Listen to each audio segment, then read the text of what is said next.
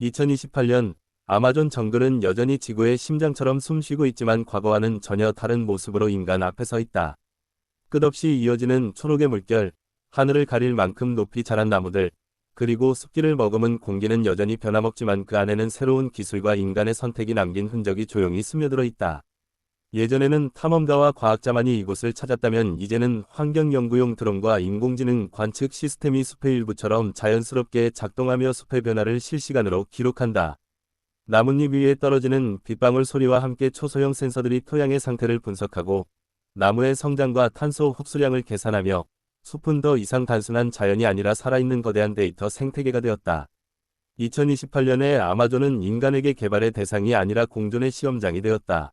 과거 수십 년 동안 이어졌던 무분별한 벌목과 화재의 기억은 여전히 남아있지만 그 이후 인류가 내린 선택은 이 숲을 다시 회복시키는 방향으로 향하고 있다. 숲의 곳곳에는 나무를 베어낸 자리가 아니라 복원된 어린 숲들이 자리 잡고 있고 이곳에서 자라는 나무들은 자연적으로만 성장하는 것이 아니라 기후 적응형 복원 기술의 도움을 받아 더 빠르게 뿌리를 내리고 있다. 그러나 이러한 변화는 인간이 숲을 지배한다는 의미가 아니라 숲이 인간에게 새로운 책임을 부여했다는 의미에 가깝다. 정글 깊숙한 곳에는 태양광으로 운영되는 소규모 연구기지들이 자리 잡고 있다. 이 기지들은 콘크리트 건물이 아니라 나무와 흙, 생분해성 소재로 만들어져 시간이 지나면 자연으로 돌아가도록 설계되었다. 과학자들은 더 이상 숲을 훼손하며 연구하지 않는다. 대신 숲의 리듬에 맞추어 생활하며 자연의 변화 속도를 이해하려 노력한다.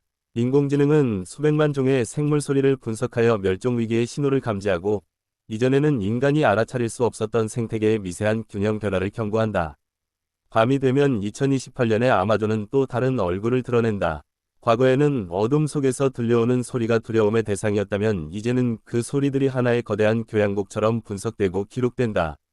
나무 위에 설치된 초소형 관측 장치는 별빛만으로 작동하며 동물들의 이동을 추적한다. 그러나 그 어떤 기술도 이 숲의 신비를 완전히 해석하지는 못한다. 여전히 설명되지 않는 현상들이 존재하고 과학이 발전할수록 인간은 오히려 자연 앞에서 더 겸손해지고 있다. 2028년에 세계는 기후 변화의 영향을 직접적으로 체감하고 있으며 아마존은 그 변화의 중심에서 지구의 균형을 유지하는 역할을 하고 있다.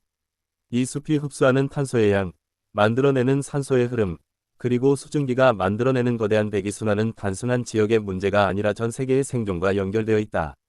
그래서 이제 아마존은 특정 국가의 영토가 아니라 인류 전체가 공동으로 보호해야 할 생명의 기반으로 인식되고 있다.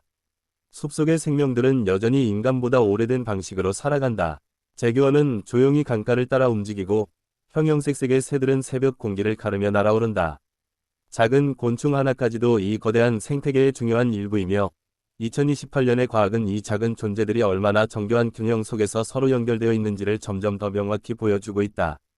한 종의 감소가 수십 종의 변화를 불러오고 그것이 다시 숲 전체의 건강 상태에 영향을 미친다는 사실이 실시간 데이터로 확인되면서 인간은 자연을 단순히 보호하는 차원을 넘어 이해하려는 단계로 나아가고 있다.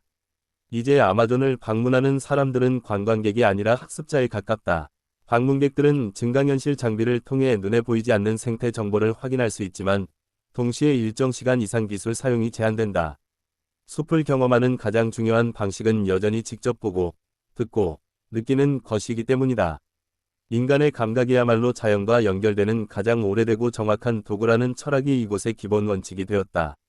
강은 여전히 천천히 흐르지만 그 흐름 속에는 과거와 현재, 그리고 미래가 함께 담겨 있다. 강물 위를 지나가는 무인 연구소는 오염 물질을 분석하면서도 물고기떼의 이동을 방해하지 않도록 설계되었고, 모든 기술은 자연의 움직임을 모방하는 방향으로 발전했다.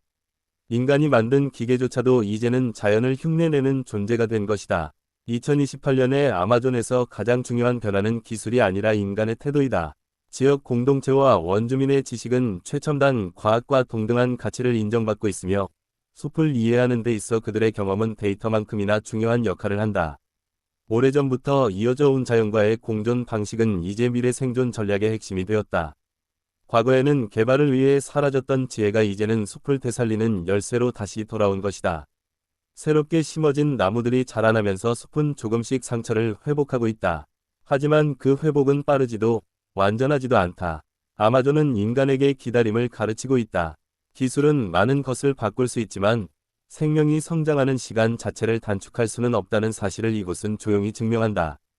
2028년의 아마존 정글은 더 이상 미지의 세계가 아니다. 그렇다고 완전히 이해된 공간도 아니다.